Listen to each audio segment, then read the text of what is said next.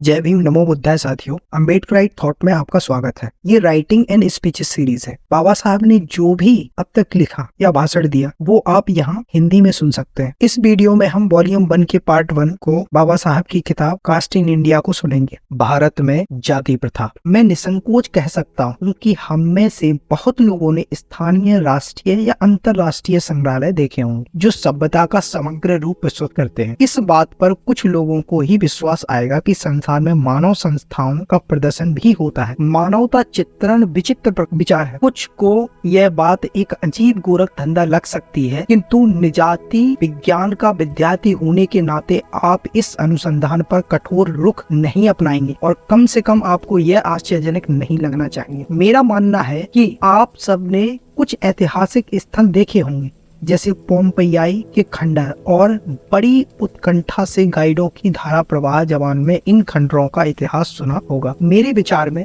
निजाति विज्ञान का विद्यार्थी भी एक मायने में गाइड ही है। वह अपने प्राकृतिक रूप की तरह सामाजिक संस्थाओं को यथासंभव निष्पक्षता से देखता है और उनकी उत्पत्ति तथा कार्य प्रणाली का पता लगाता है। इस गोष्ठी का विचारणीय विषय है आदिकालीन बनाम आधुनिक समाज। इसमें भाग लेने वाले मेरे सहयोगियों ने इसी आधार पर आधुनिक या प्राग ऐतिहासिक संस्थाओं के सार्थक उदाहरण दिए हैं जिनमें उनका अध्ययन है। अब मेरी बारी है। मेरे आलेख का विषय है भारत में जाति प्रथा, संरचना, उत्पत्ति और विकास। आप जानते हैं कि यह विषय कितना जटिल है जिसके संबंध में मुझे अपने विचार व्यक्त करने हैं। मुझसे ज्यादा योग्य विद्वानों ने जाति के रहस्यों को खोलने का प्रयास किया है, किंतु यह बड़े खेद की बात है कि अभी तक इस विषय पर चर्चा नहीं हुई और लोगों को इसके बारे में अल्प जानकारी। मैं जाति जैसी संस्था की जटिलताओं के प्रति सजग हूँ और मैं इतना निराशावादी नहीं हूँ कि यह कह सकूं कि यह पहेली अगम अज्ञेय है, क्योंकि मेरा विश्वास है कि इसे जाना जा सकता है। जाति की समस्या सैद्धांतिक और व्यवहारिक रूप से एक विकराल समस्या है। यह समस्या जितना व्यवहारिक रूप से उलझी है उतना ही इसका सैद्धांतिक पक्ष इंद्रजाल। यह ऐसी व्यवस्था है जिसके फलितार्थ गहन होने को तो यह एक स्थानीय समस्या है, लेकिन इसके परिणाम बड़े विकराल हैं। जब तक भारत में जाति प्रथा विद्यमान है तब तक हिंदुओं में अंतर जातीय विवाह और बाह्य लोगों से शायद ही समागम हो सके, और यदि हिंदू पृथ्वी के अन्य क्षेत्रों में भी गिर जाते हैं तो भारतीय जात पात की समस्या विश्व की समस्या हो जाएगी। सैद्धांतिक रूप से अनेक महान विद्वानों ने जिन्होंने श्रम की चाह की खातिर इसके उद्भव तक पहुंचने का प्रयास स्वीकारा था, उनको निराश होना पड़ा। ऐसी स्थिति में मैं इस समस्या का उसकी समग्रता की दृष्टि से समाधान नहीं कर सकता। मुझे आशंका है कि समय, स्थान और कुशाग्रता मुझे असफल कर देगी यदि मैंने इस समस्या को वर्गीकृत ना करके अपनी सीमाओं से अधिक स्पष्ट करने का प्रयास किया। जिन पक्षों में मैं निरूपित करना चाहता हूँ वे हैं जाति प्रथा की संरचना, उत्पत्ति और इसका विकास। मैं इन्हीं सूत्रों तक अपने आप को सीमित रखूंगा। केवल आवश्यकता पड़ने पर स्पष्टीकरण देते हुए ही विषयांतर करूंगा। विषय का प्रतिपादन करते हुए मैं निवेदन करूंगा कि प्रसिद्ध निजाति विज्ञानियों के अनुसार भारतीय समाज में आर्यों, द्रविड़ों और मंगोलियों और शकों का सम्मिश्रण है। ये जातियां देश से शताब्दियों पूर्व भारत पहुंची और अपने मूल देश की सांस्कृतिक विरासत के साथ यहाँ बस गई। तब इनकी स्थिति कबायली थी। ये अपने पूर्ववर्तियों को धकेल कर इस देश के अंग बन गए। इनके परस्पर सतत संपर्कों और संबंधों के कारण एक समन्वित संस्कृति का सूत्रपात हुआ, परंतु भारतीय समाज के विषय में यह बात कहना असंगत है कि वह विभिन्न जातियों का संकल्प है। पूरे भारत में भ्रमण करने पर दिग्दिगंत में यह साक्ष्य मिलेगा कि इस देश के लोगों में शारीरिक गठन और रंग रूप की दृष्टि से कितना अंतर है। संकलन से सजातीय उत्पन्न नहीं होती है। यदि रक्त भेद की दृष्टि से देखा जाए तो भारतीय समाज विजातीय है। हाँ, यह संकलन सांस्कृतिक रूप से अत्यंत गुथा हुआ है। इसी आधार पर मेरा कहना है कि इस प्रायद्वीप को छोड़कर संसार का कोई देश ऐसा नहीं है जिसमें इतनी सांस्कृतिक समरसता हो। हम केवल भौगोलिक दृष्टि से ही सुगठित नहीं है, बल्कि हमारी सुनिश्चित सांस्कृतिक एकता भी अविच्छिन्न और अटूट है, जो पूरे देश में चारों दिशाओं में व्याप्त सांस्कृतिक एक रूपता के कारण जाति प्रथा इतनी विकराल समस्या बन गई है कि उसकी व्याख्या करना कठिन कार्य है। यदि हमारा समाज केवल विजातीय या सम्मिश्रण नहीं होता तब भी कोई बात थी, किंतु यहाँ तो सजातीय समाज में भी जाति प्रथा घुसी हुई है। हमें इसकी उत्पत्ति की व्याख्या के साथ साथ इसके संक्रमण की भी व्याख्या करनी हो। आगे विश्लेषण करने से पूर्व हमें जाति तंत्र की प्रकृति पर भी विचार करना होगा। मैं निजाति विज्ञान के कुछ विद्वानों की परिभाषाएं प्रस्तुत करना चाहता हूँ। जाति के संबंध में फ्रांसीसी विद्वान श्री शेनार का सिद्धांत है, तीव्र वंशानुगत आधार पर घनिष्ठ सहयोग, विशिष्ट पारंपरिक और स्वतंत्र संगठनों से मुक्त, जिसमें एक मुखिया और पंचायत हो, उसकी समय समय पर बैठकें होती हो, कुछ उत्सवों पर मेले हो, एक साथ व्यवसाय हो जिसका विशिष्ट संबंध रोटी रेकी व्यवहार से और समारोह अपमिश्रण से हो, और इसके सदस्य उसके अधिकार क्षेत्र से विनियमित होते हो, जिसका प्रभाव लचीला हो और जो संबंध समुदाय पर प्रतिबंध और दंड लागू करने में सक्षम हो, और सबसे बढ़कर समूह से अपरिवर्तनीय हो। दूसरा, नेस्फील्ड जाति की परिभाषा इस प्रकार करते हैं, समुदाय एक वर्ग जो दूसरे वर्ग से संबंधों का बहिष्कार करता हो और अपने संप्रदाय को छोड़कर दूसरे के साथ शादी व्यवहार तथा खान पान से परहेज करता हो। तीसरा, सर एच रजील के अनुसार जाति का अर्थ है परिवारों का या परिवार समूहों का संगठन जिसका साझा नाम हो, जो किसी खास पेशे से संबंध हो, जो एक से पौराणिक पूर्वजों पितरों के वंशज होने का दावा करता हो, एक जैसा व्यवसाय अपनाने पर बल देता हो और सजातीय समुदाय का हामी हो। चौथा, डॉक्टर केतकर ने जाति की परिभाषा इस प्रकार की है, दो लक्षणों वाला एक सामाजिक समूह। पहला, उसकी सदस्यता उन लोगों तक सीमित होती है जो जन्म से सदस्य होते हैं और जिनमें इस प्रकार जन्म लेने वाले लोग शामिल होते हैं। दूसरा, कठोर सामाजिक कानून द्वारा सदस्य अपनी जाति से बाहर व्यवहार करने के लिए वर्जित किए जाते हैं। हमारे लिए इन परिभाषाओं की समीक्षा अति आवश्यक है। यह स्पष्ट है कि अलग अलग देखने पर इन विद्वानों की परिभाषाओं में बहुत कुछ बातें हैं या बहुत कम तथ्य हैं। अकेले देखने में कोई भी परिभाषा पूर्ण नहीं और मूल भाव किसी में भी नहीं। उन सबने एक भूल की है कि उन्होंने जाति को एक स्वतंत्र तत्व माना है, उसे समग्र तंत्र के एक अंग के रूप में नहीं लिया है। फिर भी सारी परिभाषाएं एक दूसरे की पूरक हैं। जो तथ्य एक विद्वान ने छोड़ दिया है उसे दूसरे ने दर्शाया है। मैं केवल उन सूत्रों पर विचार रखूंगा और उनका मूल्यांकन करूंगा जो उपर्युक्त परिभाषाओं के अनुसार सभी जातियों में समान रूप से पाए जाते हैं, जो जाति की खासियत मानी जाती है। हम सेनार से शुरू कर हम अपमिश्रण की बात करते हैं और यह बताते हैं कि यह जाति की प्रकृति है। इसे देखते हुए यह निर्विवाद कहा जा सकता है कि यह किसी जाति से संबंधित नहीं है। यह आमतौर पर पूजा समारोह से संबंध बात है और शुद्धता की समान सिद्धांत का पोषक तत्व है। परिणाम स्वरूप इसका संबंध जाति से नहीं है और इसकी कार्यप्रणाली को ध्वस्त किए बिना इसको प्रतिरुद्ध किया जा सकता है। अपमिश्रण का सिद्धांत जाति से छोड़ दिया गया है क्योंकि जो जाति सर्वोच्च कही जाती है वह पुरोहित वर्ग है। हम जानते ही हैं कि पुरोहित और पवित्रता का पुराना संबंध है। सार यही है कि अपमिश्रण का सिद्धांत तभी लागू होता है जब किसी जाति का धार्मिक स्वभाव। मिस्टर नेशीफील्ड अपने तरीके से कहते हैं कि जाति की प्रकृति है कि उनके साथ खान पान नहीं किया जाता जो उनकी जाति के बाहर। यह नया तथ्य है। फिर भी ऐसा लगता है कि मिस्टर नेशफील्ड इस व्यवस्था के प्रभाव से अपरिचित है, क्योंकि जाति अपने में ही सीमित एक संस्था है, अतः वह सामाजिक अतरंगता के विरुद्ध है जिसमें खान पान आदि पर भी पाबंदी। परिणाम यह निकलता है कि बाहरी लोगों से खान पान पर पाबंदी सकारात्मक निषेध का कारण नहीं है बल्कि जाति प्रथा का परिणाम है, अर्थात भिन्नता का गुरु मंत्र है। इसमें कोई संदेह नहीं कि खान पान पर प्रतिबंध भिन्नता के कारण नहीं बल्कि यह एक धार्मिक व्यवस्था है, परंतु यह तत्व बाद में जोड़ा है। मिस्टर एच रजेल ने विशेष ध्यान देने योग्य कोई नई बात नहीं कही है। अब हम डॉक्टर केतकर की परिभाषा का विश्लेषण करते हैं। उन्होंने इस विषय को और विशद रूप दिया है। केवल यही बात नहीं है कि वह भारत के निवासी हैं, बल्कि उन्होंने विवेचनात्मक और पैनी दृष्टि से निष्पक्ष राय दी है, जो जाति प्रथा के बारे में उनके अध्ययन के कारण हुआ है। उनकी परिभाषा विचारणीय है, क्योंकि उन्होंने जाति तंत्र का विश्लेषण जाति प्रथा के आधार पर किया है और अपना ध्यान केवल उन्हीं लक्षणों तक केंद्रित रखा है जो जाति प्रथा के अंतर्गत जाति के अस्तित्व में अनिवार्य है। उन्होंने फालतू बातों की ठीक अवहेलना की है जो गौण और क्षणिक है। उनकी परिभाषा के बारे में यह कहा जा सकता है कि उनके विचारों में कहीं थोड़ी भ्रांति है, वैसे उनमें विशुद्धता और स्पष्टता है। वह रोटी बेटी के व्यवहार में भेदभाव की बात कहते हैं। मेरा कहना है कि मूल बात के एक ही है, रोटी से भी परहेज है और बेटी व्यवहार से भी। पर डॉक्टर केतकर ने बताया है कि ये है एक ही सिक्के के दो पहलू। यदि आप बेटी व्यवहार पर पाबंदी लगाते हैं तो इसका अर्थ हुआ कि आप परिधि संकुचित कर लेते हैं। इस प्रकार ये दोनों लक्षण एक ही पदक के मुख्य भाग तथा पृष्ठ भाग। जाति तंत्र के इस समीक्षात्मक मूल्यांकन से इसमें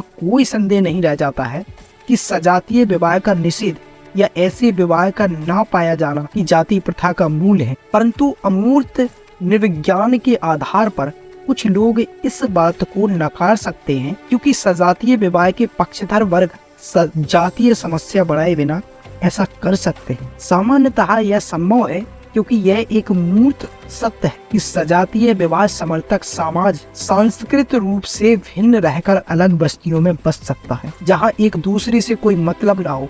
इस बारे में एक युक्ति संगत उदाहरण दिया जा सकता है कि अमेरिकन भारतीयों के नाम से विख्यात नीग्रो समुदाय और गोरों के विभिन्न कबीले अमेरिका में मौजूद हैं, परंतु हमें इस संबंध में भ्रांति नहीं रहनी चाहिए कि भारत में स्थिति भिन्न है। जैसा कि पहले कहा जा चुका है, भारत में सजातीय प्रथा है। भारत की विभिन्न प्रजातियां कुछ खास क्षेत्रों में निवास करती हैं और उनका आपस में मेल जोल है तथा उनमें सांस्कृतिक एकता है जो सजातीय समाज का एकमात्र मापदंड है। ऐसी सजातीयता को आधार मानने से जाति प्रथा एक नई समस्या का रूप धारण करती है जो केवल सजातीय विवाह समर्थक समाज या कबीलों से अलग स्थिति है। भारत में जाति प्रथा का अर्थ है समाज को कृत्रिम हिस्सों में विभाजित करना जो रीति रिवाजों और शादी व्यवहार की भिन्नताओं से बंधे हो। परिणाम स्पष्ट है कि सजातीय विवाह एकमात्र लक्षण है जो जाति प्रथा की एक विशेषता है, और यदि हम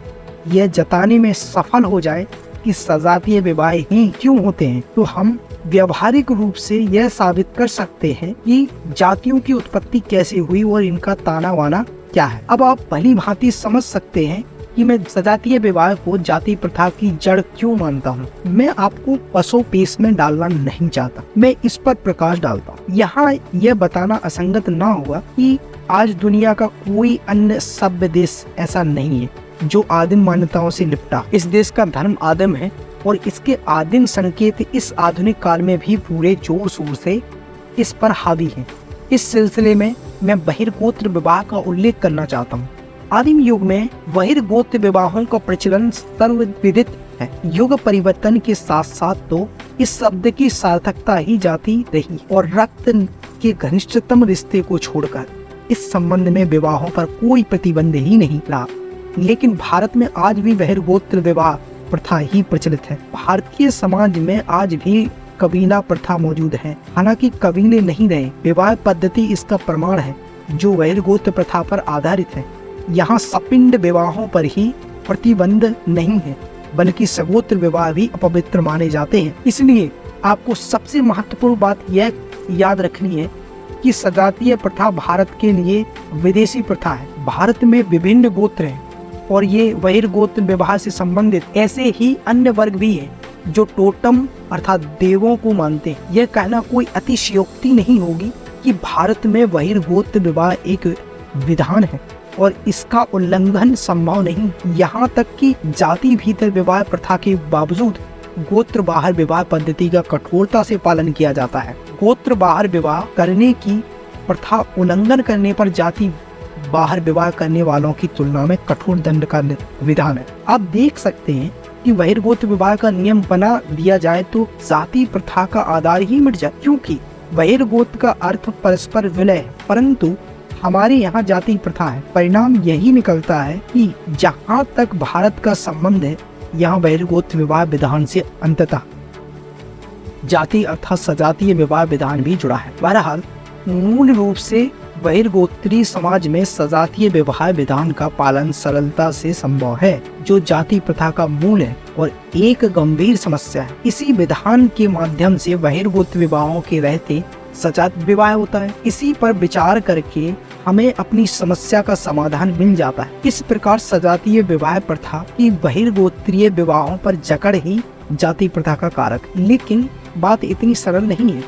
हम मान लेते हैं कि एक ऐसा समुदाय है जो एक जाति बनाना चाहता है और विचार करता है कि सजातीय विवाह प्रथा के प्रचलन के लिए कौन सा माध्यम अपनाए। यदि कोई समुदाय सजातीय विवाह पद्धति को दरकिनार करके अंतर जातीय विवाह निषेध का उल्लंघन करता है और अपनी समुदाय के बाहर विवाह रचा लेता है, तो वह व्यर्थ, विशेष रूप से इस परिप्रेक्ष्य में कि सजातीय विवाह प्रथा के पहले सभी विवाह बहिर्गोत्रीय होते थे। फिर भी सभी वर्गों में यह प्रकृति है कि वे सम्मिश्रण के पक्षधर हैं और वे एक सजातीय वर्ग में संगठित हो जाते हैं। यदि इस प्रकृति का प्रतिकार किया जाए तो यह आवश्यक है कि जिन वर्गों के बीच विवाह संबंध नहीं है उन्हें भी प्रतिबंधित वर्ग से सम्मिलित किया जाए। इसके लिए आवश्यक है परिधि का बढ़ाया जाना। इसके बावजूद बाहरी समुदाय में शादी व्यवहार को रोक देने से आंतरिक समस्याएं उत्पन्न होती हैं, जिनका समाधान सरल नहीं है। मोटे तौर पर सभी वर्गों में स्त्री पुरुष संख्या समान होती है और समान वय के स्त्री पुरुष में बराबरी भी होती है, किंतु समाज उन्हें बराबर नहीं मानता।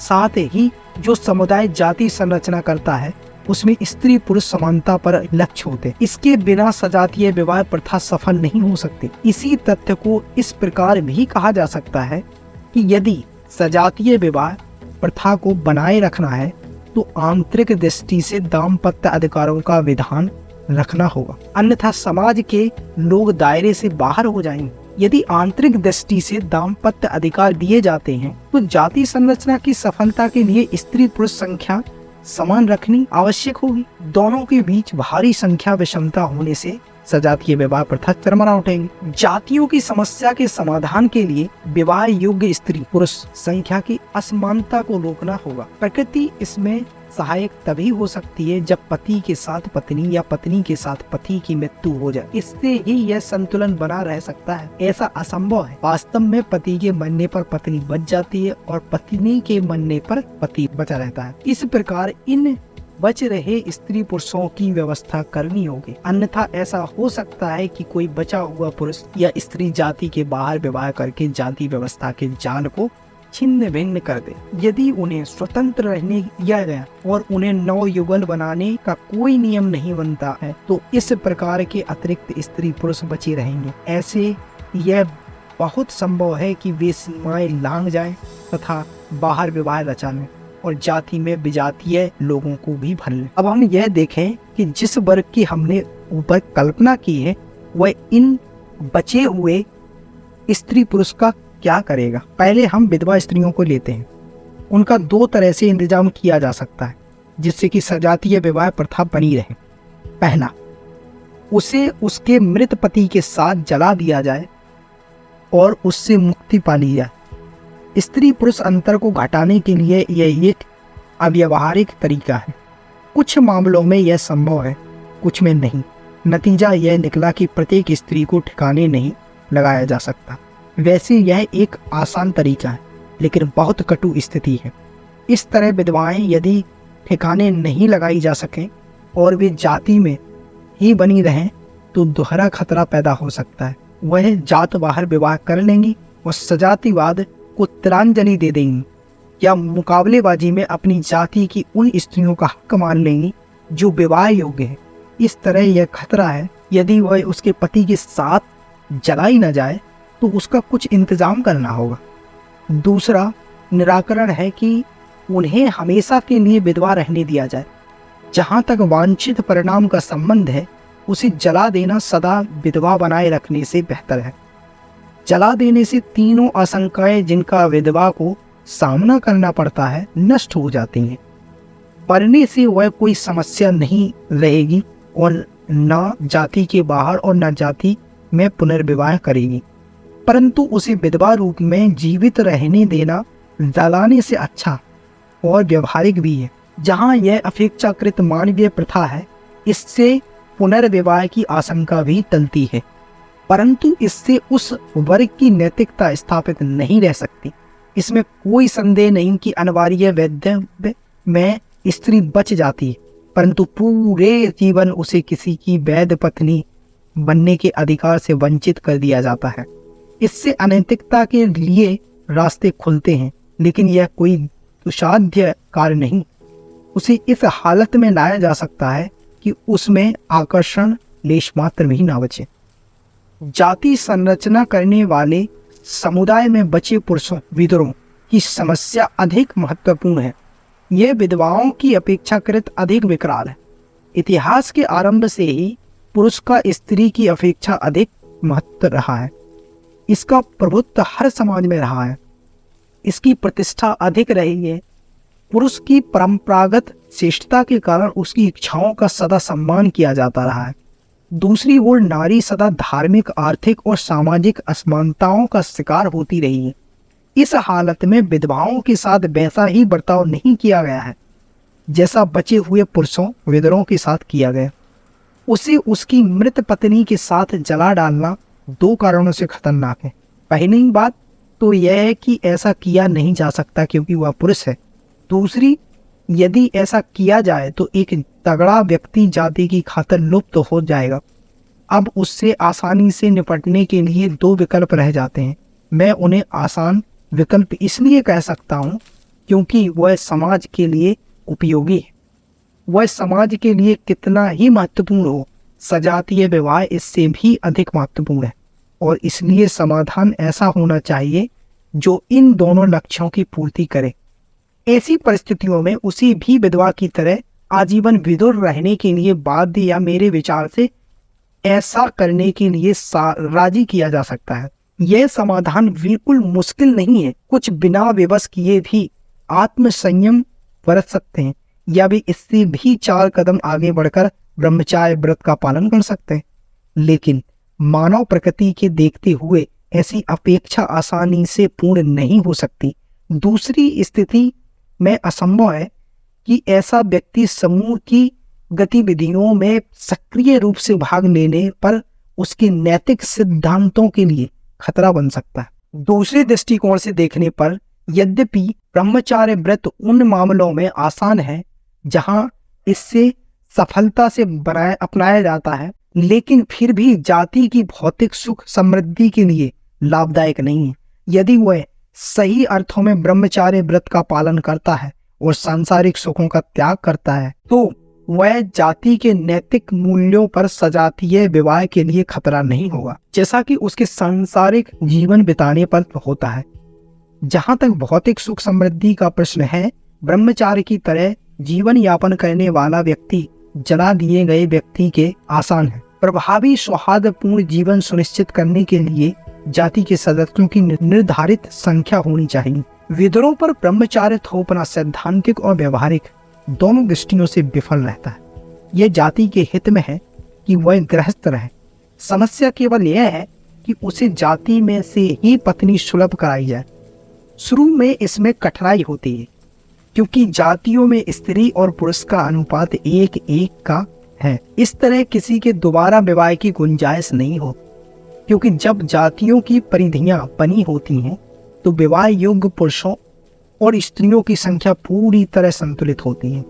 इन परिस्थितियों में विधुर को जाति में रखने के लिए उसका पुनर्विवाह उन बालिकाओं से किया जा सकता है जो अभी विवाह योग्य न हो। विधुरों के लिए यह यथा संभव उपाय है। इस प्रकार वह जाति में बना रहेगा।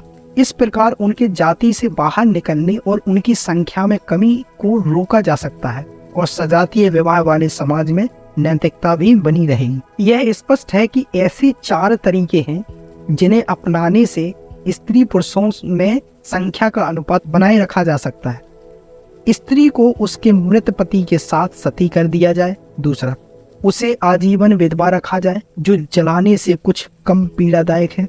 तीसरा, विधुरों को ब्रह्मचर्य व्रत का पालन करने को बाध्य किया जाए और विधुर का ऐसी लड़की से विवाह कर दिया जाए जिसकी आयु अभी विवाह योग्य न हो। हालांकि मेरे उपयुक्त विचार के अनुसार विधवा को जलाना और विधुर पर ब्रह्मचर्य व्रत थोपना सजातीय विवाह को बनाए रखने के लिए समूह के प्रयत्नों के प्रति संदेहास्पद सेवा होगी। लेकिन जब साधनों को शक्ति के रूप में स्वतंत्रता किया जाता है अथवा उन्हें गतिमान कर दिया जाता है तो वे लक्ष्य बनते हैं। तब फिर ये साधन कौन सा लक्ष्य प्राप्त करते हैं? वे सजातीय विवाह की व्यवस्था को जारी रखते हैं, जबकि विभिन्न परिभाषाओं के हमारे विश्लेषण के अनुसार सजातीय विवाह और जाति एक ही बात है। अतः इन साधनों का अस्तित्व और जाति समरूप है तथा जाति में इन साधनों का समावेश है।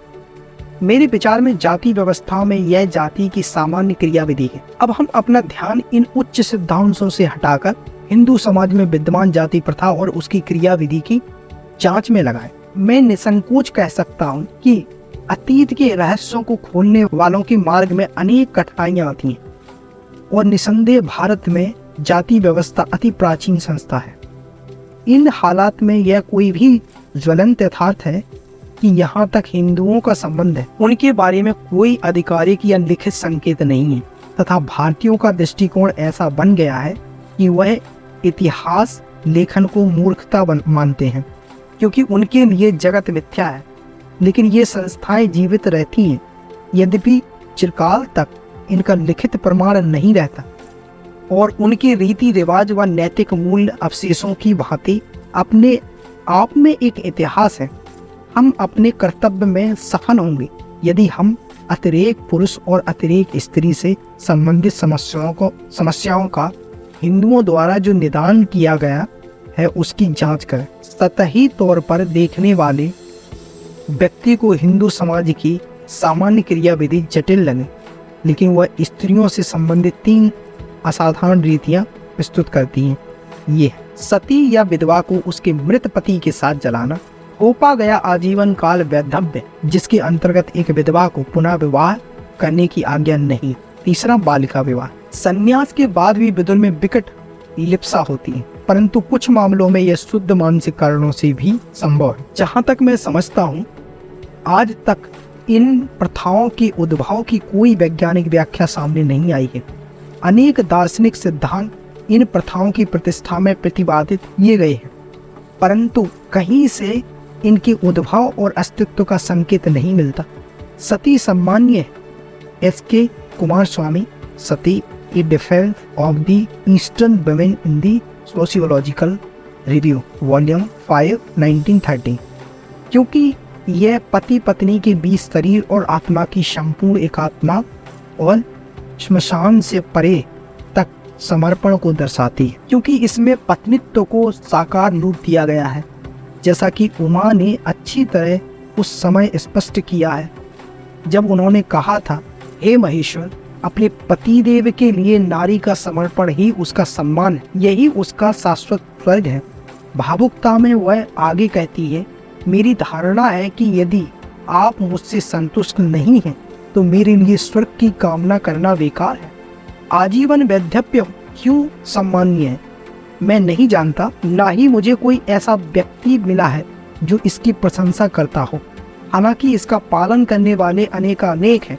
बालिका विवाह की प्रशंसा में डॉक्टर खेतकर कहते हैं, एक सच्चे आस्थावान स्त्री अथवा पुरुष को विवाह सूत्र में बंधने के बाद अन्य पुरुष स्त्री से लगाव नहीं करना चाहिए। इस प्रकार की पवित्रता न केवल विवाह के उपरांत बल्कि विवाह पूर्व भी आवश्यक है, क्योंकि चारित्र का केवल यही सही आदर्श है। किसी परिणीति को पवित्र नहीं माना जा सकता यदि वह उस व्यक्ति के अलावा जिससे उसका विवाह होने वाला है किसी अन्य व्यक्ति से प्रणय करती है। यदि वह ऐसा करती है तो यह पाप। इसलिए एक लड़की के लिए यह अच्छा होगा कि काम वासना जागृत होने से पूर्व उसे यह पता होना चाहिए कि उसे किससे प्रेम करना है, तब उसका विवाह किया जाए। ऐसी हवाई और कुतर्क की बातें यह तो प्रमाणित करती हैं कि ऐसी प्रथाओं को क्यों सम्मानित किया गया है, परंतु हमें यह नहीं बताती है कि ये रिवाज कैसे पड़े।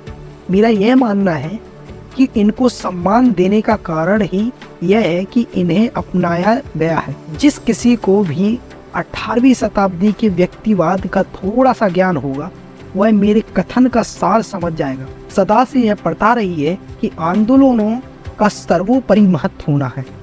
बाद में उन्हें न्याय संगत बनाने के लिए और उन्हें नैतिक बल देने के लिए उन्हें दार्शनिक सिद्धांतों का संबंध दे दिया जाता है। इसी तरह मैं निवेदन करता हूँ कि इसी कारण इन रिवाजों की प्रशंसा की गई, क्योंकि इनके चलन को प्रोत्साहन देने के लिए प्रशंसा की जरूरत थी। प्रश्न यह है कि ये कैसे बने।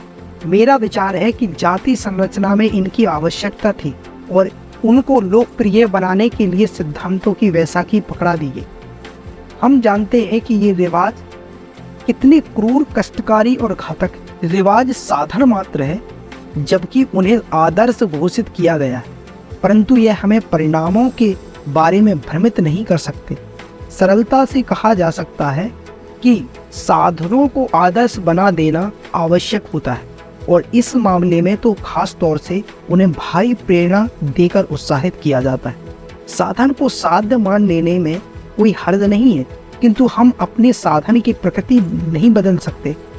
आप कानून बना सकते हैं कि सभी बिल्लियां कुत्ते हैं, जैसे आप किसी साधन को उद्देश्य मान सकते हैं, परंतु आप साधन की प्रकृति में परिवर्तन नहीं कर सकते। अतः आप बिल्लियों को कुत्ते नहीं बना सकते। ठीक ऐसे ही साधन को साध्य मान सकते हैं। इसी कारण मेरा यह कहना ठीक है कि साधन और साध्य को एकाकार कर दिया जाए, परंतु यह कैसे उचित ठहराया जा सकता है कि जाति प्रथा और सजातीय विवाह प्रथा के लिए सती प्रथा, आजीवन विधवा अवस्था और बालिका विवाह, विधवा स्त्री और विधुर पुरुष की समस्याओं के समाधान है। सजातीय विवाह व्यवस्था को बनाए रखने के लिए ये रिवाज आवश्यक है, जबकि सजातीय विवाह प्रथा के अभाव में जाति प्रथा का अस्तित्व बने रहना संदेहास्पद है। भारत में जाति प्रथा के प्रचलन और संरक्षण की क्रियाविधि पर विचार करते हुए अगला प्रश्न यह है कि इसकी उत्पत्ति कहाँ से हुई। इसके मूल का प्रश्न एक कड़वा प्रश्न है और जात पात के अध्ययन में इसकी दुखद अवहेलना की गई है। कुछ ने इसका समर्थन किया है और कुछ ने इस प्रश्न पर जानबूझकर पर्दा डाल दिया है। कुछ लोग समझ पाने में सफल रहे हैं कि यह जात पात का मूल कहाँ हो सकता है। वे कहते हैं यदि हम मूल के प्रति अपनी स्नेह भावना पर नियंत्रण नहीं कर सकते हैं तो हमें उसके बहुवचन रूप अर्थात जात पात के मूल का प्रयोग करना चाहिए। वैसे भारत में जात पात के मूल के बारे में कोई उलझन पेश नहीं हुई है। जैसा कि मैं पहले कह चुका हूँ कि सजातीय विवाह ही जात पात का एकमात्र कारण है, और जब मैं जाति के मूल की बात कहता हूँ तो इसका अर्थ सजातीय विवाह प्रथा की क्रियाविधि के मूल से है। किसी समाज में व्यक्तियों की अति सूक्ष्म अवधारणा को इतने शक्तिशाली ढंग से प्रचारित करना मैं गंदगी उलझाना कहने जा रहा था। यह राजनीतिक भाषा में कोरी बकवास है। यह बात नग्न है कि व्यक्ति मिलकर समाज बनाते हैं। समाज सर्वथा वर्गों से मिलकर बनता है। इसमें वर्ग संघर्ष के सिद्धांत पर बल देना अतिशयोक्ति हो सकती है, परंतु यह सच है कि समाज में कुछ निश्चित वर्ग होते हैं और उनके आधार भिन्न हो सकते हैं। वे वर्ग आर्थिक, आध्यात्मिक या सामाजिक हो सकते हैं, लेकिन समाज का प्रत्येक व्यक्ति किसी न किसी वर्ग से संबंधित होता है। यह एक शाश्वत सत्य है और आरंभिक हिंदू समाज भी इसका अपवाद नहीं रहा होगा। जहाँ तक हम जानते हैं वह अपवाद नहीं था। यदि हम इस सामान्य नियम को ध्यान में रखें तो पाते हैं कि जात पात की उत्पत्ति के अध्ययन में यह बहुत उपयोगी साबित हो सकता है, क्योंकि हम यह निश्चित करना चाहते हैं कि वह कौन सा वर्ग था जिसने सबसे पहले अपनी जाति की संरचना की। इसके लिए वर्ग और जाति एक दूसरे के दो रूप हैं। फर्क सिर्फ यह है कि जाति अपने को सजातीय परिधि में रखने वाला वर्ग है। जाति प्रथा के मूल का अध्ययन हमारे प्रश्नों का उत्तर दे सकता है कि वह कौन सा वर्ग है जिसने इस परिधि का सूत्रपात किया, जो इसका चक्रव्यूह। यह प्रश्न बहुत कौतूहलजनक है, परंतु यह बहुत प्रासंगिक है और इसका उत्तर उस रहस्य पर से पर्दा हटाएगा पूरे भारत में जाति प्रथा कैसे पनपी और दृढ़ होती है। दुर्भाग्य से इस प्रश्न का सीधा उत्तर मेरे पास नहीं है। मैं इसका परोक्ष उत्तर ही दे सकता हूँ। मैंने अभी कहा है कि विचाराधीन रीति रिवाज हिंदू समाज में प्रभावित है। तथ्यों को यथार्थ बनाए रखने के लिए यह आवश्यक है कि कथन को स्पष्ट किया जाए ताकि इसकी व्यापकता पर प्रकाश डाला जा सके। यह प्रथा अपनी पूरी दृढ़ता के साथ केवल एक जाति अर्थात ब्राह्मणों में प्रचलित, जो हिंदू समाज की संरचना में सर्वोच्च स्थान पर है, और गैर ब्राह्मण जातियों ने इसका केवल अनुसरण किया, जहां इसके पालन में ना तो उतनी दृढ़ता है और न संपूर्णता। यह महत्वपूर्ण तथ्य हमारे सम्मुख महत्वपूर्ण जानकारी प्रस्तुत कर सकता है। यदि गैर ब्राह्मण जातियां इस प्रथा का अनुसरण करती हैं, जैसा कि आसानी से देखा जा सकता है, तो यह प्रमाणित करने की कोई आवश्यकता नहीं रह जाती कि कौन सा वर्ग जाति व्यवस्था का जन्मदाता है। ब्राह्मणों ने क्या अपने लिए एक परिधि बनाई और जाति की संरचना करनी? यह एक अलग प्रश्न है जिस पर किसी अन्य अवसर पर विचार किया जा सकता है, परंतु इस रीति नीति पर कड़ाई से पालन और इस पुरोहित वर्ग द्वारा प्राचीन काल से इस प्रथा का कड़ाई से अमल यह प्रमाणित करता है कि वही वर्ग इस अप्राकृतिक संस्था का जन्मदाता था। उसने अप्राकृतिक साधनों से इसकी नींव डाली और इसे जिंदा रखा। अब मैं अपने लेखन के तीसरे भाग पर आता हूँ, जिसका संबंध पूरे भारत में जात पात के उद्भव और विस्तार से है। जिस प्रश्न का मुझे उत्तर देना है वह यह है कि देश के अन्य गैर ब्राह्मण समुदायों में यह प्रथा कैसे फैली। इसके उत्तर में मेरा विचार है कि पूरे भारत में जाति प्रथा के प्रचलन से ज्यादा पीड़ादायक इसके उद्भव का प्रश्न है। जैसा कि मैं समझता हूँ, इसका मुख्य कारण यह है कि इसका विस्तार और सूत्रपात दो अलग अलग बातें नहीं है। विद्वान इस बात पर सहमत है कि जाति प्रथा या तो भोले भाले समाज पर कानून गढ़ने वालों ने नैतिकता का मुनम्मा चढ़ाकर थोप दी, या फिर सामाजिक विकास की भक्ति भारतीय जनता में किसी नियम के अधीन पनपती रही। पहले मैं भारत के विधि निर्माता के बारे में बताना चाहूँगा। हर देश में उसके विधि निर्माता होते हैं जो अवतार कहलाते हैं, ताकि आपातकाल में पापी समाज को सही दिशा दी जा सके। यही विधि निर्माता कानून और नैतिकता की प्रतिस्थापना करते हैं। भारत के विधि निर्माता के रूप में यदि मनु का कोई अस्तित्व रहा है तो वह एक हीट व्यक्ति रहा होगा। यदि यह बात सत्य है कि उसने स्मृति अथवा विधि की रचना की, तो मैं कहता हूँ कि वह एक दुस्साहसी व्यक्ति था, और जिस मानवता ने उसके विधान को शिरोधार्य किया वह वर्तमान काल की मानवता से भिन्न थी। यह अकल्पनीय है कि जाति विधान की संरचना की गई। यह कहना कोई अतिशयोक्ति न होगी कि मनु ने ऐसा कोई विधान नहीं बनाया कि एक वर्ण को इतना रसातल में पहुंचा दिया कि उसे पशुवत बना दिया जाए और उसको प्रताड़ित करने के लिए एक शिखर वर्ण गढ़ दिया।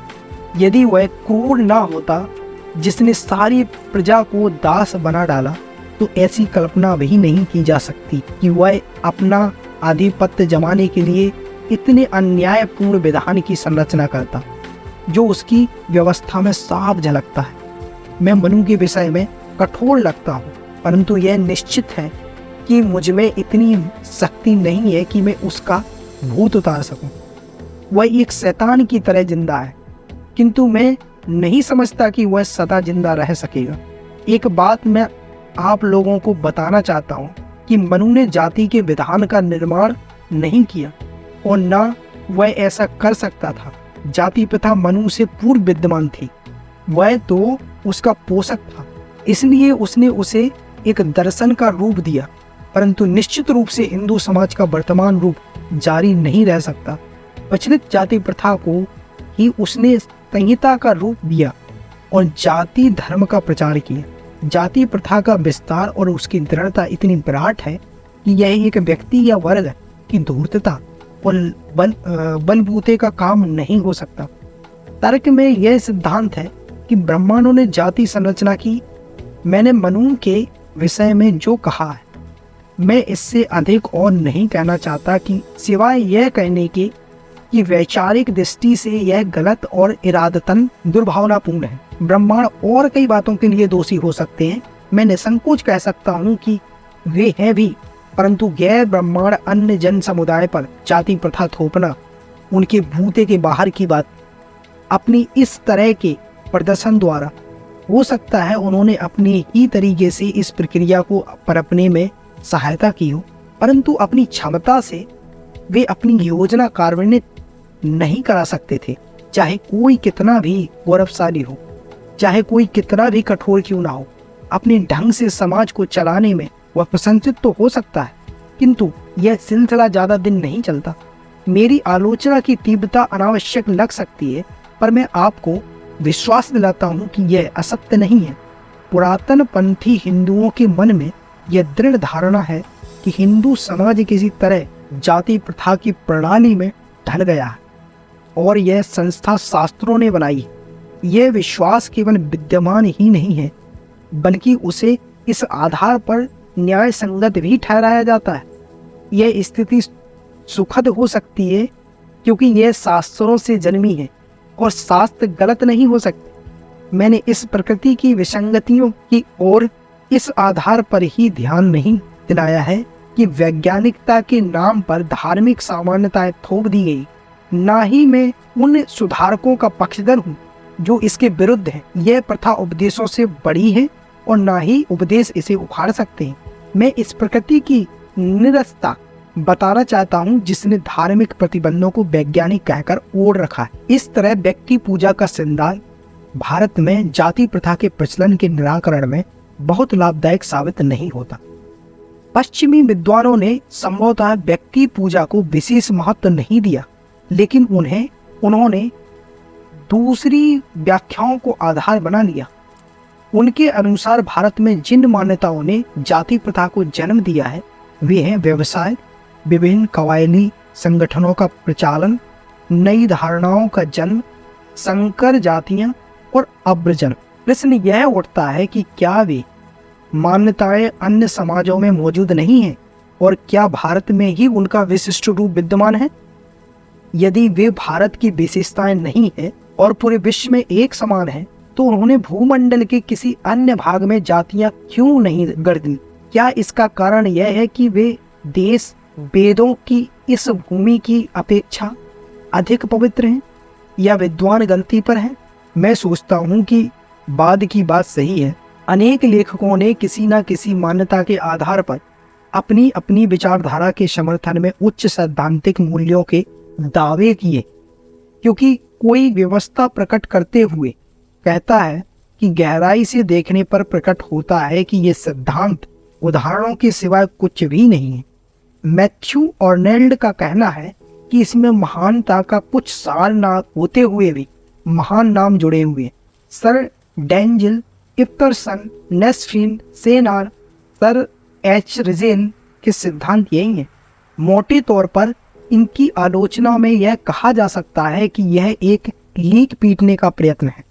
नेस्फील्ड उदाहरण प्रस्तुत करते हैं, सिर्फ केवल कार्य ही वह आधार था जिस पर भारत की जातियों की पूर्ण प्रथा का निर्माण हुआ, लेकिन उन्हें यह बताना होगा कि वह इस कथन से हमारी जानकारी में कोई इजाफा नहीं कर सकते, जिसका सार यही है कि भारत में जातियों का आधार व्यवसाय मात्र है और यह स्वयं में एक लचर दलील है। हमें नेस्फील्ड महोदय से इस सवाल का जवाब चाहिए कि वह यह कैसे हुआ कि विभिन्न व्यवसायी वर्ग विभिन्न जातियां बन गई। मैं अन्य निजाति विज्ञानियों के सिद्धांतों पर विचार करने के लिए सहर्ष प्रश्न होता है। यदि यह सही ना होता कि नेस्फील्ड का सिद्धांत एक अजीब सिद्धांत है, मैं इन सिद्धांतों की आलोचना जारी रखते हुए इस विषय पर अपनी बात रखना चाहूँगा कि जिन सिद्धांतों में जाति प्रथा को विभाजनकारी नियमों के पालन की एक स्वाभाविक प्रवृत्ति बताया है, जैसा कि हॉवर्ड स्पेंसर ने अपने विकास के सिद्धांत में व्याख्या की है और इसे स्वाभाविक बताया है, तथा इसे जैविक संरचना भेद कहकर लचर पुरातनपंथी शब्द जाल की धारणाओं को पुष्ट किया है। यह सृजनन विज्ञान के आदि प्रयत्नों का समर्थन किया है, जिससे उसकी सनक का आभास विदित होता है कि जाति प्रथा अवश्यंभावी है या विधि सम्मत है। यह जानकारी निरीह वर्गों पर सजंग होकर इन नियमों को आरोपित किया गया है। यह उचित ही रहेगा कि शुरू में मैं यह याद दिलाऊं कि अन्य समाजों के समान भारतीय समाज भी 4 वर्णों में विभाजित था। ये है ब्राह्मण या पुरोहित वर्ग, क्षत्रिय या सैनिक वर्ग, वैश्य अथवा व्यापारी वर्ग, शूद्र अथवा शिल्पकार और श्रमिक वर्ग। इस बात पर विशेष ध्यान देना होगा कि आरंभ में यह अनिवार्य रूप से वर्ग विभाजन के अंतर्गत व्यक्ति दक्षता के आधार पर अपना वर्ण बदल सकता था और इसलिए वर्णों को व्यक्तियों के कार्य की परिवर्तनशीलता की स्वीकार थी। हिंदू इतिहास में किसी समय पुरोहित वर्ग ने अपना विशिष्ट स्थान बना लिया और इस तरह स्वयं सीमित प्रथा से जातियों का सूत्रपात हुआ। दूसरे वर्ण भी समाज विभाजन के सिद्धांतानुसार अलग अलग खेमों में बट गए। कुछ का संख्या बल अधिक था तथा कुछ का नग्न। वैश्य और शूद्र वर्ण मौलिक रूप से वे तत्व हैं जिनकी जातियों की अनगिनत शाखा प्रशाखाएं कालांतर में उभरी, क्योंकि सैनिक व्यवसाय के लोग असंख्य समुदायों में सरलता से विभाजित नहीं हो सकते, इसलिए यह वर्ण सैनिकों और शासकों के लिए सुरक्षित हो गया। समाज का यह उपवर्गीकरण स्वाभाविक है, किंतु उपरोक्त विभाजन में अप्राकृतिक तत्व यह है कि इससे वर्णों में परिवर्तनशीलता के मार्ग अवरुद्ध हो गए और भी संकुचित बनते चले गए, जिन्होंने जातियों का रूप ले लिया। प्रश्न यह उठता है कि क्या उन्हें अपने दायरे में रहने के लिए विवश किया गया और उन्होंने सजातीय विवाह का नियम अपना लिया, या उन्होंने स्वेच्छा से ऐसा किया? मेरा कहना है कि इसका द्विपक्षीय उत्तर है। कुछ ने द्वार बंद कर लिए और कुछ ने दूसरे के द्वार अपने लिए बंद पाए। पहला पक्ष मनोवैज्ञानिक है और दूसरा चालाकी भरा, परंतु ये दोनों अन्योन्याश्रित हैं और जाति संरचना की संपूर्ण रीति नीति में दोनों की व्याख्या जरूरी है। मैं पहले मनोवैज्ञानिक व्याख्या से शुरू करता हूँ। इस संबंध में हमें इस प्रश्न का उत्तर खोजना है कि औद्योगिक, धार्मिक या अन्य कारणों से वर्ग अथवा जातियों ने अपने आप को आत्म केंद्रित या सजातीय विवाह की प्रथा में क्यों बांध लिया? मेरा कहना है कि ब्राह्मणों के करने के कारण ऐसा हुआ। सजातीय विवाह या आत्म केंद्रित रहना ही हिंदू समाज का चलन था और क्योंकि इसकी शुरुआत ब्राह्मणों ने की थी, इसलिए गैर ब्राह्मण वर्गों अथवा जातियों ने भी बढ़ चढ़कर इसकी नकल की और वे सजातीय विवाह प्रथा को अपनाने लगे। यहाँ यह खरबूजे को देखकर खरबूजे की रंग बदलने वाली कहावत चरितार्थ होती है। इसने सभी उपविभाजनों को प्रभावित किया। इस तरह जाति प्रथा का मार्ग प्रशस्त हुआ। मनुष्य में नकलबाजी की जड़ें बहुत गहरी होती, इस कारण भारत में जाति प्रथा के जन्म की यह व्याख्या पर्याप्त है। इसकी जड़ें इतनी गहरी हैं कि वाल्टर वोगेहोट को कहना पड़ा, हमें यह नहीं सोचना चाहिए कि यह नकलबाजी स्वैच्छिक होती है या इसके पीछे कोई भावना काम कर रही होती है। इसके विपरीत इसका जन्म मानव के अवचेतन मन में होता है और पूर्ण चेतना जागने पर उसके प्रभावों का आभास होता है। इस तरह उसके तत्काल उदय का प्रश्न नहीं, बल्कि बाद में भी इसका एहसास नहीं होता है। दरअसल हमारी नकल करने की प्रवृत्ति का स्रोत विश्वास होता है और ऐसे कारण हैं जो पूर्वकालीन रूप से हमें यह विश्वास कराते हैं तथा हमें विश्वास करने से विरक्त करते हैं। यह हमारी प्रकृति से स्पष्ट भाव। सरल मन से नकल करने की प्रवृत्ति पर कोई संदेह नहीं। नकल करने की इस प्रवृत्ति के विषय को केवरिन टार्डो ने वैज्ञानिक अध्ययन का रूप दिया है, जिन्होंने नकल करने की प्रवृत्ति को 3 नियमों में बांटा है। इसके 3 नियमों से एक है कि नीचे वाले ऊपर की नकल करते हैं। उन्हीं के शब्दों में अवसर मिलने पर दरबारी सदा अपने नायकों, अपने राजा या अधिपति की नकल करते हैं और आम जनता भी उसी प्रकार अपने सामंतों की नकल करती।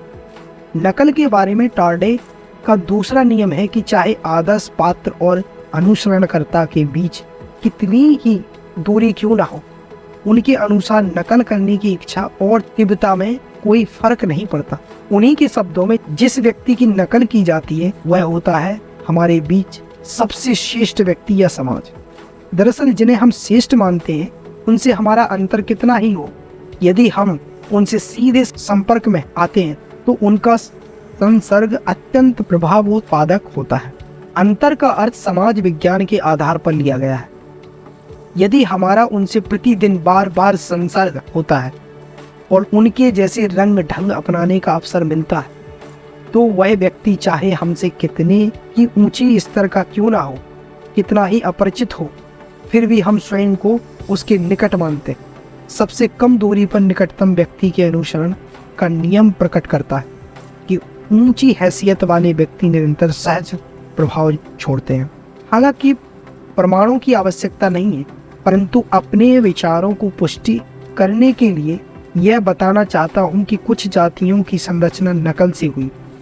मुझे लगता है कि यह जाना जाए कि हिंदू समाज में नकल करके जातियां बनाने की परिस्थितियां हैं या नहीं। इस नियम के अनुसार नकल करने की गुंजाइश इस प्रकार: पहला, जिस स्रोत की नकल की गई है उसकी समुदाय में प्रतिष्ठा होनी चाहिए, और दूसरा, समुदाय के सदस्यों में प्रतिदिन और अनेक बार संपर्क होनी चाहिए। भारतीय समाज में ये परिस्थितियां मौजूद हैं, इसमें कोई शक नहीं। ब्रह्मांड अर्ध देवता माना जाता है और उसे अंशावतार जैसा कहा जाता है। यह विधि नियोजित करता है और सभी को उसके अनुसार ढालता है। उसकी प्रतिष्ठा असंदिग्ध है और वह शीश परमानंद है। क्या शास्त्रों द्वारा प्रायोजित और पुरोहितवाद द्वारा प्रतिष्ठित ऐसा व्यक्ति अपने व्यक्तित्व का प्रभाव डालने में विफल हो सकता है? यदि यह कहानी सही है तो उसके बारे में यह विश्वास क्यों किया जाता है कि वह जाति प्रथा की उत्पत्ति का कारण है? यदि वह सजातीय विवाह का पालन करता है तो क्या दूसरों को इसके पद चिन्हों पर नहीं चलना चाहिए?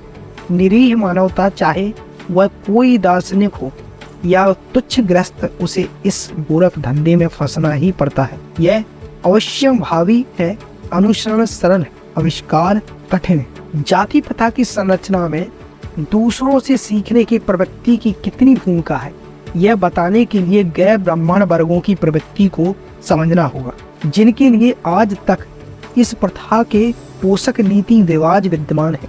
हिंदू मस्तिष्क को इन्होंने जकड़ रखा है और उन्हें किसी सहारे की जरूरत नहीं है सिवाय सतत विश्वास भाव के। जैसे एक पोखर में जलकुंभी, एक तरीके से हिंदू समाज में सती प्रथा, बालिका विवाह और विधवा की यथास्थिति जातियों की हैसियत के हिसाब से विद्यमान है, परंतु इन प्रथाओं का चलन विभिन्न जातियों में असमान है, जिससे उन जातियों का भेद परिलक्षित होता है। मैं भेद का शब्द का प्रयोग टार्डियन अर्थ में कर रहा हूँ। जो जातियां ब्राह्मणों के निकट हैं वे इन तीनों प्रथाओं की नकल का कड़ाई से पालन करते हैं। दूसरे जो इनसे कुछ कम निकट है उनमें केवल वैधव्य और बालिका विवाह प्रचलित है। अन्य जो कुछ और दूरी पर है उनमें केवल बालिका विवाह प्रमुख है, तथा सबसे अधिक दूरी वाले लोग जाति प्रथा के सिद्धांत का अनुसरण करते हैं। मैं निसंदेह कह सकता हूँ कि यह अधूरी नकल इसी प्रकार है जैसे टार्डे ने दूरी बताई है। आंशिक रूप से यह प्रथाओं का वास्तविक लक्षण है। यह स्थिति टार्डे के नियम का पूर्ण उदाहरण है और इसमें कोई संदेह नहीं रह जाता कि भारत में जाति प्रथा निम्न वर्ग द्वारा उच्च वर्ग की नकल का प्रतिफल है। इस स्थान पर मैं अपने ही पूर्व कथन की पुनरावृत्ति करना चाहूँगा, जो आपके सम्मुख आयास और बिना समर्थन के उपस्थित हुआ होगा। मैंने कहा था कि इन विचाराधीन तीन प्रथाओं के बल पर ब्राह्मणों ने जाति प्रथा की नींव डाली। उस विचार के पीछे मेरा तर्क यही था कि इन प्रथाओं को अन्य वर्गों ने वहीं से सीखा है और गैर ब्राह्मण जातियों में इन रिवाजों की ब्राह्मणों जैसी नकल प्रवृत्ति की भूमिका पर प्रकाश डालने के बाद मेरा कहना है कि ये प्रवृत्ति उनमें आज भी मौजूद है, चाहे वे अपनी इस आदत से परिचित भी न हो। यदि इन वर्गों ने किसी से सीखा है तो इसका अर्थ है कि समाज में उन प्रथाओं का किसी न किसी वर्ग में विचलन रहा हो और उसका दर्जा काफी ऊंचा हुआ हो, तभी वह दूसरों का आदर्श हो सकता है। परंतु किसी ईश्वरवादी समाज में कोई आदर्श नहीं हो सकता, सिर्फ ईश्वर का सेवक हो सकता है। इसमें उस कहानी की पूर्ण आहुति हो जाती है कि जो निर्बल थे और जिन्होंने अपने को अलग कर लिया। हमें अब यह देखना है कि दूसरों ने अपने लिए उनके दरवाजे बंद देखकर अपना घर क्यों बंद कर लिया। इससे मैं जाति प्रथा के निर्माण की क्रिया विधि की प्रतिक्रिया मानता हूँ। यही कारीगरी थी, क्योंकि ऐसा अवश्यंभावी होता है। यही दृष्टिकोण और मानसिकता है जिसके कारण हमारे पूर्ववर्ती इस विषय की व्याख्या करने से कतरा गए, क्योंकि उन्होंने जाति को ही एक अलग इकाई मान लिया। जबकि वह जाति प्रथा का ही एक अंग होती। इस चूक या इस पैनी दृष्टि के अभाव के कारण ही सही अवधारणा बनने में मदद नहीं मिली है, अतः सही व्याख्या करने की आवश्यकता है। एक टिप्पणी के जरिए मैं अपनी व्याख्या प्रस्तुत करूंगा, जिसे कृपया आप सदा ध्यान में रखें। वह टिप्पणी इस प्रकार है: जाति अपने आप में कुछ नहीं, इसका अस्तित्व तभी होता है जब वह सारी जातियों में स्वयं भी एक हिस्सा हो। दरअसल जाति कुछ है ही नहीं, बल्कि जाति प्रथा है। मैं इसका उदाहरण देता हूँ। अपने लिए जाति संरचना करते समय ब्राह्मणों ने ब्राह्मण इतर जातियां बना डाले। अपने तरीके से मैं यह कहूँगा कि अपने आप को एक बाड़े में बंद करके दूसरों को बाहर रहने के लिए विवश किया। एक दूसरे उदाहरण से मैं अपनी बात स्पष्ट करूंगा। भारत में कोई संपूर्ण रूप में देखें जहां विभिन्न नामों से विभिन्न समुदाय हैं और सबको अपने समुदाय से लगाव है, जैसे हिंदू, मुसलमान, यहूदी, ईसाई और फारसी। लेकिन हिंदुओं को छोड़कर शेष में आंतरिक जाति भेद नहीं, परंतु एक दूसरे के साथ व्यवहार में उनमें अलग अलग जातियां। यदि पहले 4 समुदाय अपने को अलग कर लें तो फारसी अपने आप ही बाहर रह जाएंगे, परंतु परोक्ष रूप से वे भी आपस में अलग समुदाय बना लेंगे। सांकेतिक रूप से कहना चाहता हूं कि यदि का सजातीय व्यवहार पद्धति में सीमित रहना चाहता है तो निश्चित रूप है खा को भी विवश होकर अपने में ही सिमट कर रह जा रहा हो। अब यही बात हम हिंदू समाज पर भी लागू करेंगे। आपके सामने एक व्याख्या पहले से मौजूद है कि निजवैतवाद के परिणाम स्वरूप जो प्रवृत्ति इस समाज को विरासत में मिली है वह है पृथकतावाद। मेरे इस नए विचार से नैतिकतावादियों की भ्रकुटी चढ़ सकती है। जात पात की धार्मिक या सामाजिक संहिता जाति विशिष्ट के लिए असाध्य हो सकती है। किसी जाति के उद्दंड सदस्यों को यह आशंका होती है कि उन्हें मनचाही जाति में शामिल होने का विकल्प ना हो। जाति बहिष्कृत कर दिया गया है। जाति के नियम बहुत कठोर होते हैं और उनके उल्लंघन की माप का कोई पैमाना नहीं होता। नई विचारधारा एक नई जाति बना देती, क्योंकि पुरातन जातियां नवीनता को सह नहीं पाती। अनिष्टकारी विचारकों को गुरु मानकर प्रतिष्ठित किया जाता है। जो अवैध प्रेम संबंधों के दोषी होते हैं तो वे भी उसी दंड के भागी होंगे। पहली श्रेणी उनकी है जो धार्मिक समुदाय से जाति बनाते हैं। दूसरे वे हैं जो संकर जाति बनाते हैं। अपनी संहिता का उल्लंघन करने वालों को दंड देने में कोई सहानुभूति नहीं अपनाई जाए। यह दंड होता है। हुक्का, पानी बंद और इसकी परिणति होती है एक पृथक जाति की रचना। हिंदू मानसिकता में यह कमियां नहीं होती कि हुक्का पानी बंद के भागी अलग होकर एक अलग जाति बना ले।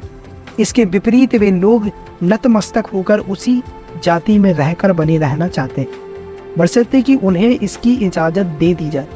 परंतु जातियां सिमटी हुई इकाइयां हैं और जानबूझकर उनमें यह चेतना होती है कि बहिष्कृत लोग एक अलग जाति बना लें। इसका विधान बड़ा निर्दयी है और इसी बल के अनुपालन का परिणाम है कि उन्हें अपने में सिमटना पड़ता है, क्योंकि अन्य वर्गों में अपने को ही परिधि में करके अन्य वर्गों को बाहर बंद कर दिया जाए, जिसका परिणाम है कि नए समुदाय जातिगत नियमों के निंदनीय आधार पर निर्मित समुदाय यंत्रवत विधि द्वारा आश्चर्यजनक बहुलता के साथ जातियों में बराबर परिवर्तन किए गए हैं।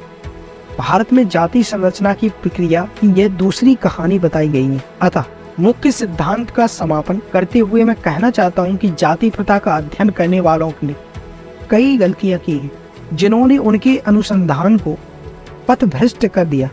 जाति प्रथा का अध्ययन करने वाले यूरोपियन विद्वानों ने व्यर्थ ही इस बात पर जोर दिया है कि जाति प्रथा रंग के आधार पर बनाई गई, क्योंकि वे स्वयं रंग भेद के प्रति पूर्वाग्रही है। उन्होंने जाति समस्या का मुख्य तत्व यही भेद माना है, परंतु यह सत्य नहीं है।